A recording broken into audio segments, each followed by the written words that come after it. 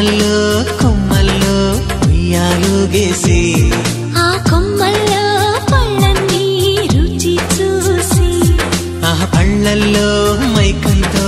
మోహం కమ్మేసి చలిగా గిలిగా తొలిగా త్వరగా అటుగా ఇటుగా మరి నువ్వే నాకు ముద్దిస్తావని